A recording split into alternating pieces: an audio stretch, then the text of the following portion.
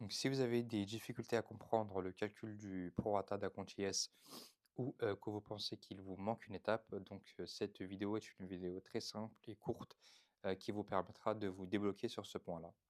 Donc, c'est parti. Donc la règle générale, donc un exercice comptable va durer normalement 12 mois.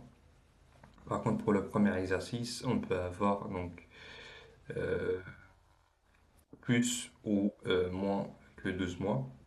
Quand on va avoir plus que 12 mois, on va appeler ça donc un exercice long, comme l'exemple qu'on va voir ici. Et s'il dure moins que 12 mois, on va appeler ça un exercice court. Donc dans la plupart des cas, donc le premier exercice peut aller jusqu'à 24 mois pour sa première clôture.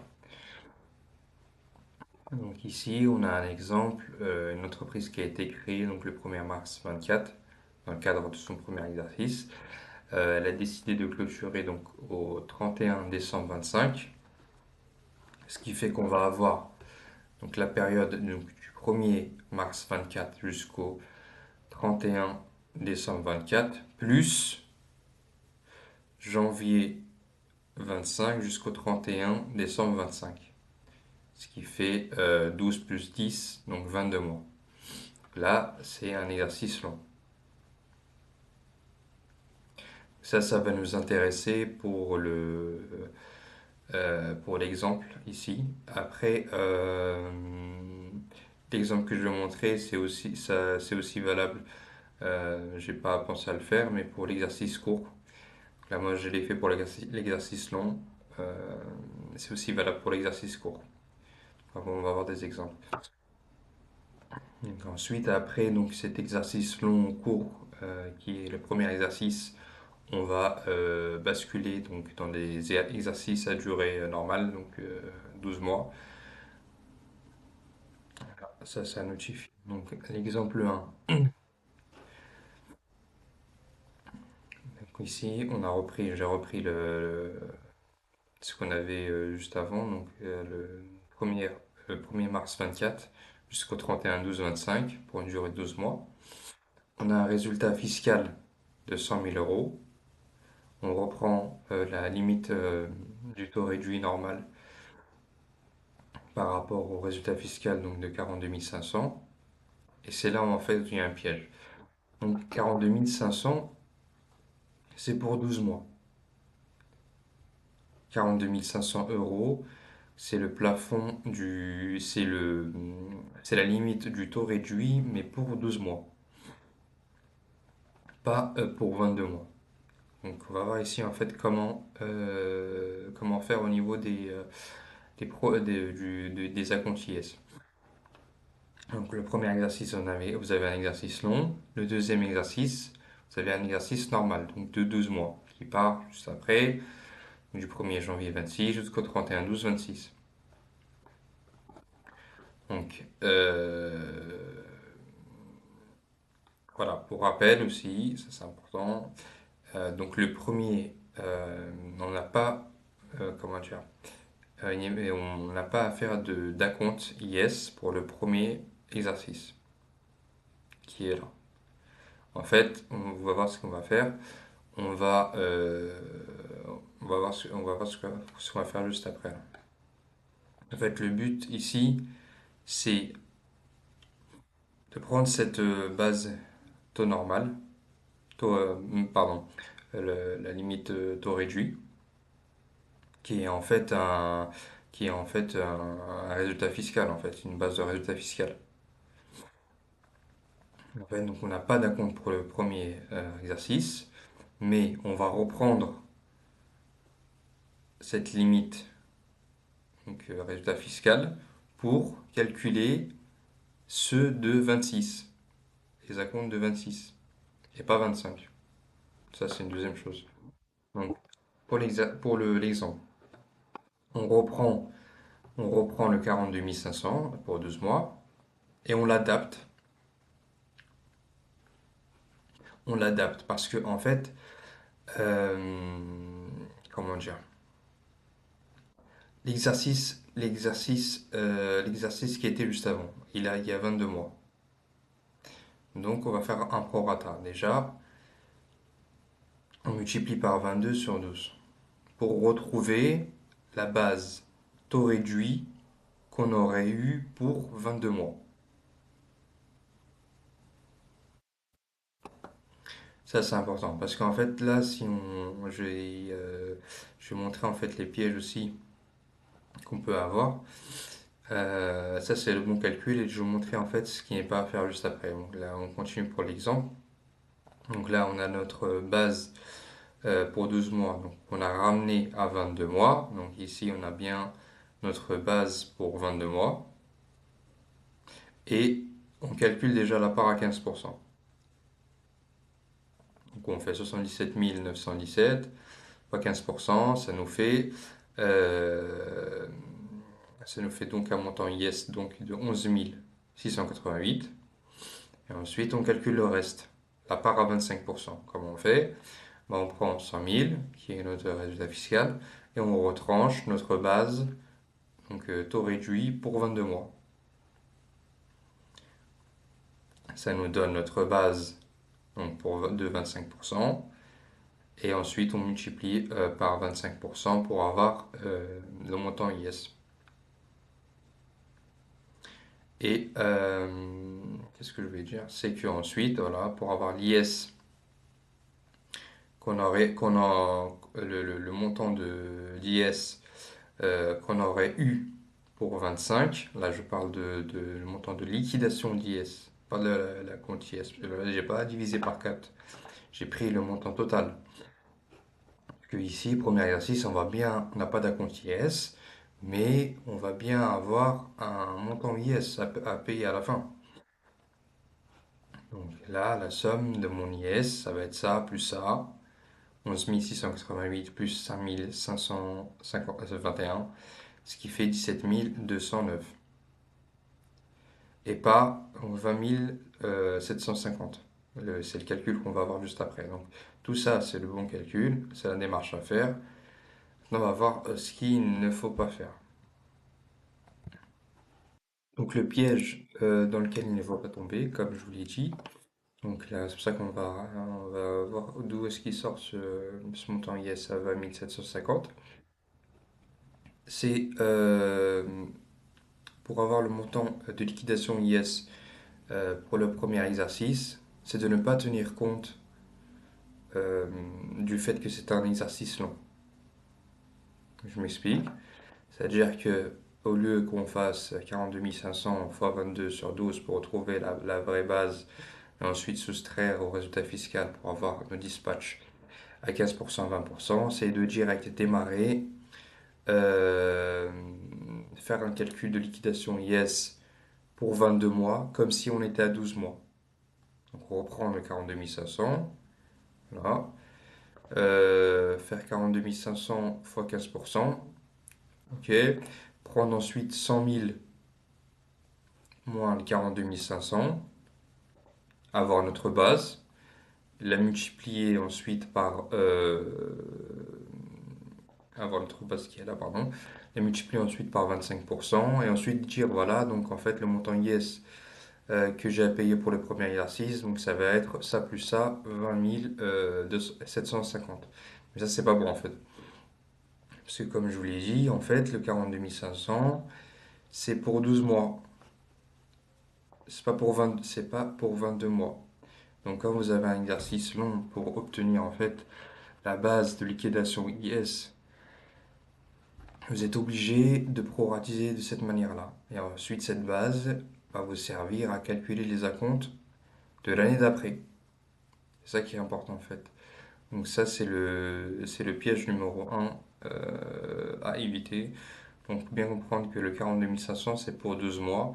Et quand vous avez un premier exercice, pour calculer la base taux réduit, bien penser à proratiser. Donc on continue notre exemple. Donc, on était à là. Donc ça c'était notre première étape.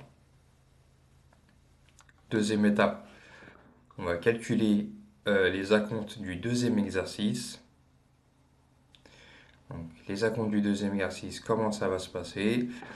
Eh bien, on va reprendre. En fait, il y a deux méthodes. Vous verrez, donc là, il y a une étape, première étape, et ensuite il y a deux méthodes. Première étape, vous reprenez le montant de liquidation IS de l'année précédente. Ensuite, vous faites un prorata inverse. Vous inversez le prorata. Parce que là, ici, votre base était plus grande parce que vous avez plus de mois. Donc plus IS. Voilà. Maintenant que vous êtes à 12 mois, votre IS, ici c'était le montant IS à payer sur 22 mois. Maintenant votre IS, il a payé sur 12 mois. Donc bien plus petit. C'est pour ça qu'on inverse le prorata. Donc on reprend le montant de liquidation IS, on fait x12 sur 22. Donc j'ai notre base, notre IS à payer sur le deuxième exercice. Et pour le premier acompte, on divise par 4. C'est bien ce qu'on a fait ici. 9387 divisé par 4. 2347. Pour le premier acompte de 26, on aura payé 2347. Et il y a une deuxième méthode qui marche aussi, que j'utilise aussi. Voilà.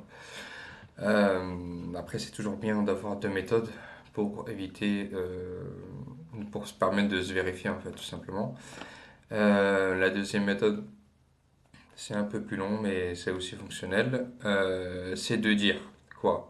C'est de reprendre en fait, vous voyez les bases qu'on a calculées ici pour 22 mois, donc les bases de résultat fiscal. Bah, c'est de les reprendre et faire un prorata inverse. Donc 77 917, qui était notre base à 22 mois, bah maintenant je la veux sur 12 mois, donc je fais x12 sur 22. Ensuite je multiplie par 15. Parce que Parce qu'en fait, le 42 500, le 77 917, il vient de quoi? Il vient de 42 500, qui est notre base réduite. C'est pour ça qu'ici, je fais x 15%. À d'une.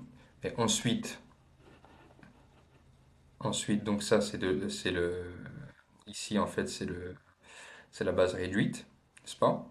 Donc, qu'est-ce qui va rester? En fait, il va rester, pour arriver à 100 000, il va rester 22 083. 22 083, pardon. Je fais mon prorata inverse. Fois 25%. Puisque celui-là, il était imposé à 15%. Je l'ai proratisé pour avoir sur 12 mois. Et ensuite, celui qui est à 25%, je le proratise pour l'avoir sur 12 mois et je le multiplie par 25%. Parce qu'en fait, on a déjà utilisé le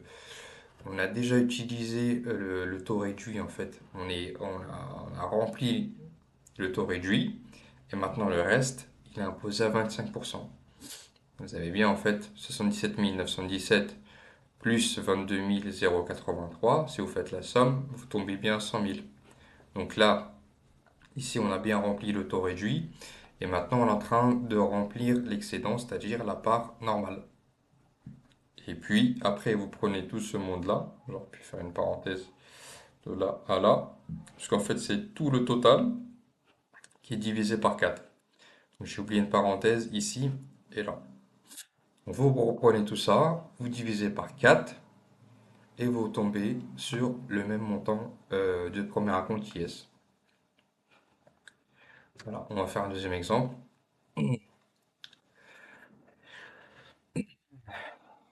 Donc toujours ici, exercice long pour consolider un petit peu ce qu'on a dit. Donc ici, je démarre avec un résultat fiscal de 150 000, taux réduit, normal, donc 42 500 pour 12 mois. Deuxième exercice. euh, Deuxième exercice, donc là j'ai donc 1er janvier au 31/12/26. Pour rappel, premier exercice, donc il y a pas besoin de faire des acomptes IS. Bon, en fait, ça c'est pour pas vous embrouiller en fait au niveau des acomptes, quel acompte de quel exercice. Donc premier exercice, pas d'acompte. les acomptes, c'est sur le deuxième exercice. Mais il y a un prorata. Ensuite, pareil. Là, ici, je calcule en fait ma... Comment dire? Ici, en fait, le but, c'est à la fin d'avoir un montant de liquidation yes pour le premier exercice. Mais je démarre pas à pas. C'est-à-dire qu'en fait, ici, je reprends mon taux réduit, 42 500, et je proratise.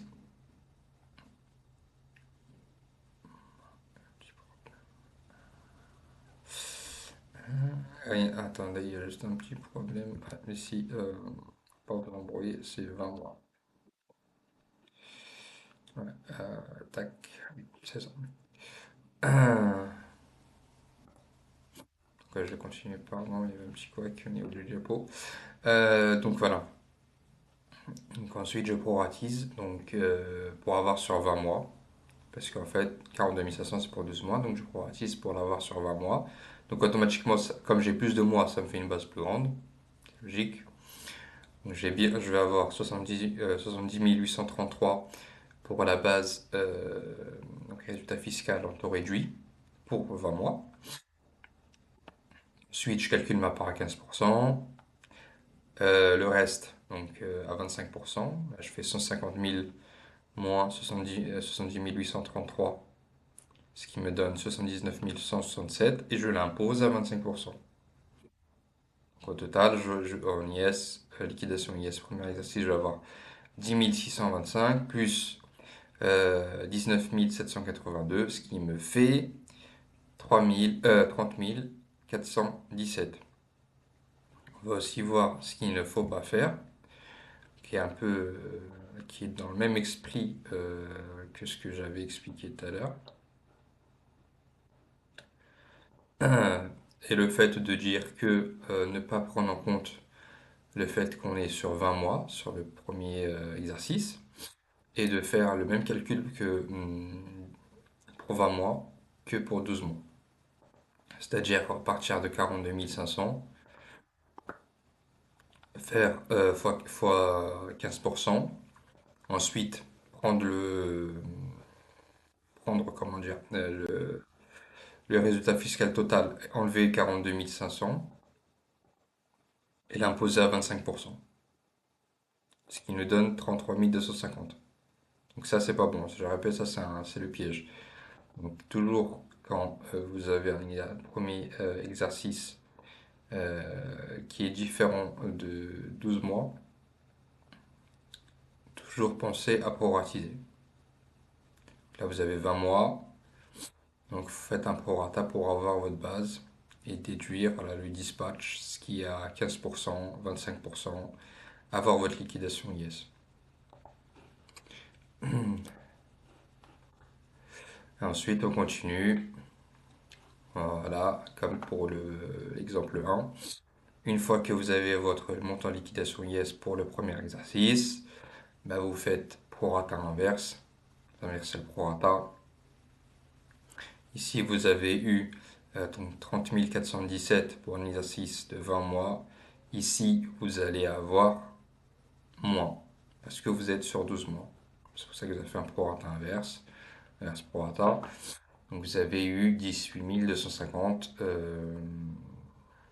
pour votre base comment dire, d'IS pour 2026. Et une fois que vous avez cette base d'IS 2026, vous divisez par 4, puisque euh, chaque compte est par 4. Je sais qu'il y a bon, ça c'est un autre sujet. Le sujet du deuxième compte, régularisation, etc. Mais ici, en fait, étant donné que euh, bon, ça c'est une autre vidéo. On va rester simple. Donc là, ça c'est pour le premier raconte 26. Et ensuite, autre méthode détaillée. Euh, bien, vous allez reprendre vos bases que vous avez calculées à 20%, faire un inverse prorata, et le multiplier par le taux qui va bien. Et ce que je voulais dire aussi, donc je vais juste finir avec ça. Donc ensuite, vous avez donc votre part à 15% que vous avez, et donc dont vous avez fait l'inverse pro rata, votre part à 25% que vous avez fait l'inverse pro rata, donc 70 833 plus 79 167, ça fait bien 150 000. Et ensuite, vous prenez le tout, vous le divisez par 4, vous avez bien 4 563. Et il y a juste une chose, bon, c'est un petit truc, hein, mais parce que au début, j'étais un peu sceptique par rapport au prorata. En fait, quand vous avez 42 500 que vous le proratisez, donc vous avez bien cette valeur-là, on est d'accord? Voilà. Et si vous faites exactement donc l'inverse prorata ici, en fait, si vous faites l'inverse prorata, ben vous avez donc fois 12 divisé par 20, ce qui fait bien 42 500.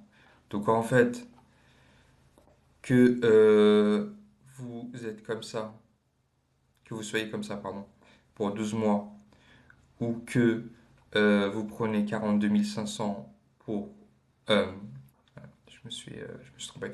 Que vous soyez comme ça pour 20 mois, en fait, que vous prenez 42 500 pour 12 mois, c'est exactement la même chose. C'est ce qu'on vient de faire ici avec le calcul. Ça, c'était juste une petite chose pour les sceptiques par rapport au prorata. Ce qui fait qu'en fait, le prorata que j'ai fait, donc 78 833, donc euh, divisé par 12 fois 20, ça me fait bien 7, enfin, 78 833, donc que je divise par 20, que je multiplie par 12.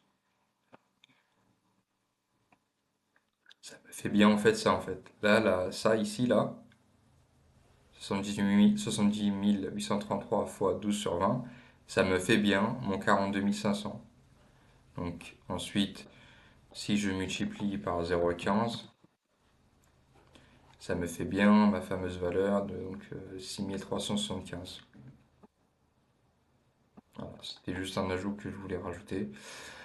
Euh, Donc voilà, ça sera tout pour cette vidéo. Si vous voulez que je fasse une autre vidéo pour expliquer le calcul du deuxième acompte IS et je vous donnerai mes techniques, ou que je fasse une vidéo un peu comme celle-là pour les exercices courts, donc faites-le moi savoir en commentaire. Et pour ne pas rater les prochaines vidéos de cette chaîne, je vous invite à vous abonner si ce n'est pas déjà fait. Et je vous dis à la prochaine.